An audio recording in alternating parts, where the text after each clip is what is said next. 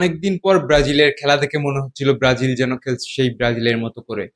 তারা যেন মনে হচ্ছিল ফিরে এসেছে সেই পুরনো ব্রাজিলের মতো। হাই, আমি Abid Hasan, welcome to Titong sports. Samurai Japan বনাম সেলেসাও ব্রাজিল। ম্যাচ শেষে স্কোরবোর্ডে লেখা 2-1, কিন্তু এই ম্যাচের গল্পটা শুধু সংখ্যায় ধরা পড়বে না, স্কোরবোর্ডে ধরা পড়বে না। ম্যাচের শুরু থেকেই বোঝা গেল ব্রাজিলের মিডফিল্ড খুব বেশি নিয়ন্ত্রণে ছিল না। সেটা জাপান খুব দ্রুতই বুঝতে পারে এবং প্রেস করতে থাকে ব্রাজিলের মিড থেকে। তখন দানিলোর একটি ভুল পাস থেকে সুযোগ পেয়ে যায় জাপান। ম্যাচের 29তম মিনিটে কাইসো সানোর নিখুঁত ফিনিশিং এ ব্রাজিলের জালে বল জড়িয়ে দিলেন কাইসো সানো। পুরো স্টেডিয়াম তখন স্তব্ধ, দিশেহারা।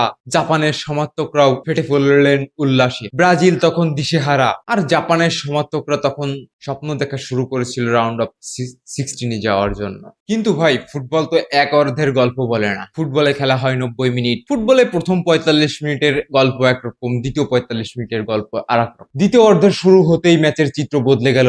ব্রাজিল যেন নামলো অন্য এক দল হয়ে। ব্রাজিল যেন মনে হচ্ছিল মাঠে নেমেছে সেই পুরোনো দিনের ব্রাজিল। সেই সাম্বা নৃত্যের সাথে তারা শুরু করলো একের পর এক আক্রমণ, একের পর এক প্রেসিং। দুই উইং থেকে যেভাবে একের পর এক ক্রস আসতেছিল, খুব সম্ভবত তারা জাপানের হাইট অ্যাডভান্টেজটা কাজে লাগাইতে চাচ্ছিল এবং ফলস্বরূপ ম্যাচের 56তম মিনিটে গ্যাব্রিয়েল মাকালেসের দুর্দান্ত একটা ক্রসিং থেকে কাসিমিরের দুর্ধর্ষ হেডে সমতায় ফেরে ব্রাজিল। আর জাপানের সেই আত্মবিশ্বাসী মুখগুলো যেন ভরে গেল দুশ্চিন্তার ছাপে। ব্রাজিল সমতায় ফেরার পর যেন তারা থামছিল না। একের পর এক আক্রমণ, একের পর এক ক্রসিং। ভিনিসিয়াস জুনিয়র যেভাবে লেফট উইং দিয়ে যেভাবে বারবার ঢুকে পড়ছিলেন, এইখানে আই থিঙ্ক কার্লো আনচেলত্তি এনরিককে নামায় ভিনিসিয়াস জুনিয়রকে কিছুটা ফ্রি করে দেওয়া। প্রথম অর্ধে ভিনিসিয়াস জুনিয়র যেভাবে স্পেস পাচ্ছিল না, এখানে এনরিককে নামায় মাঝ বরাবর থ্রেট করার জন্য হয়তোবা এনরিক নামাইছিল, যার ফলে ভিনিসিয়াস জুনিয়র কিছুটা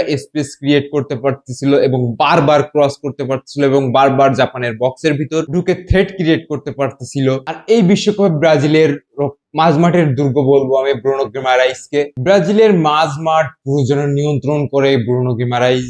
6 মিনিটের এক্সট্রা টাইম শেষে 90+5 মিনিটে ব্রুনো গিমারাইজের অসাধারণ এক পাস থেকে গ্যাব্রিয়েল মার্টিনেলি অসাধারণ একটা ফিনিশিং দিয়ে জাপানের জালে বল জড়িয়ে দেন। সেখানেই ব্লু সামুরাইদের এই বিশ্বকাপের শেষ যাত্রা। রাউন্ড অফ 32-তে ব্লু সামুরাইদের বিদায় নিতে হলো। তবে ব্লু সামুরাইরা যেভাবে খেলছে, হার না মানার মানসিকতা, যেভাবে চোখে চোখ রেখে লড়াই করে গেছে, দ্বিতীয় অর্ধ হয়তোবা তারা কিছুটা ভুল ছিল, হয়তোবা তারা সঠিক ছিল।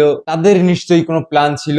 Best of luck blue samurai, হয়তো তারা ফিরবে আরো ভয়ঙ্কর হয়ে। তবে আমি বলবো এই ক্ষেত্রে দুই দলই লড়াই করেছে প্রাণপণ, আর জাপানের ফাইটিং স্পিরিট ছিল ভাই অসাধারণ।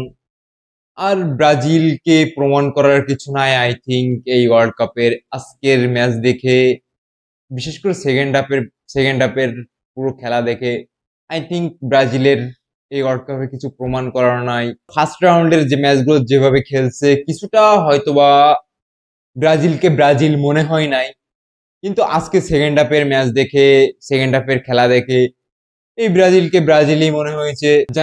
যেন মনে হচ্ছিল তারা এসেছে তাদের মিশন হেক্সা কমপ্লিট করতে। দেখা যাক ব্রাজিল হেক্সা কমপ্লিট করতে পারে কিনা। নেক্সট রাউন্ডে প্রতিপক্ষ খুব সম্ভবত নরওয়ে, যদি কোনো বড় কোনো অঘটন না ঘটে। রাউন্ড অফ 16-এ ব্রাজিলের প্রতিপক্ষ নরওয়ে, সেখানে একটা আশা করব ক্লাসিক্যাল একটা ফাইট দেখতে পাবো আমরা। এতক্ষণ সাথে থাকার জন্য ধন্যবাদ সবাইকে।